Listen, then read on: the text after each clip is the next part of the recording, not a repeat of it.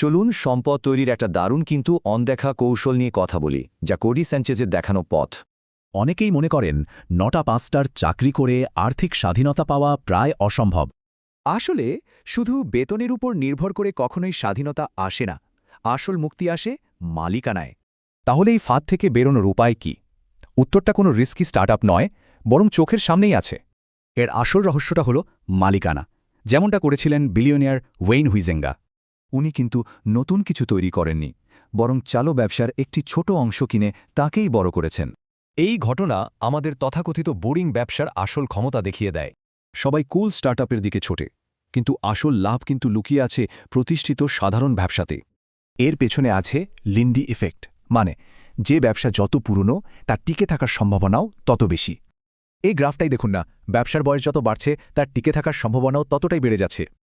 আর ঠিক এই কারণেই এই মুহূর্তে একটা বিশাল সুযোগ অপেক্ষা করছে। ব্যাপারটা হলো, লক্ষ লক্ষ লাভজনক ব্যবসার মালিক অবসরে যাচ্ছেন, কিন্তু ব্যবসাটা দেখার মতো কেউ নেই। এই সংকটটা যে কত বড় তার একটা উদাহরণ দিই। শুধু জাপানে ৬৫ লক্ষ চাকরি ঝুঁকির মুখে। এই ব্যবসাগুলো একটা দারুণ সুইট স্পটে আছে। ওয়াল স্ট্রিটের জন্য খুব ছোট, কিন্তু প্রতিযোগীদের জন্য বেশ বড়। তো এই সুযোগটা কাজে লাগাবেন কিভাবে?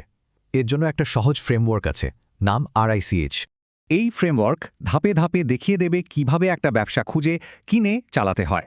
চলুন তাহলে প্রথম ধাপটা দেখি। আর মানে হল রিসার্চ, বা বাংলায় গবেষণা। শুরু করার আগে জানতে হবে ব্যবসার বিভিন্ন স্তর কি কি আর কোনটা আপনার জন্য সঠিক। সাধারণত সবাই লেভেল 1 বা 2 থেকে শুরু করে, হয় একটা সাইড ইনকাম কেনে, নয়তো ফুল টাইম দায়িত্ব নেয়। দেখুন, চাকরি করাও কঠিন, আবার নিজের কোম্পানি চালানোও কঠিন। আসল কথা হলো নিজের জন্য কোন কঠিন পথটা বেছে নেওয়া হচ্ছে।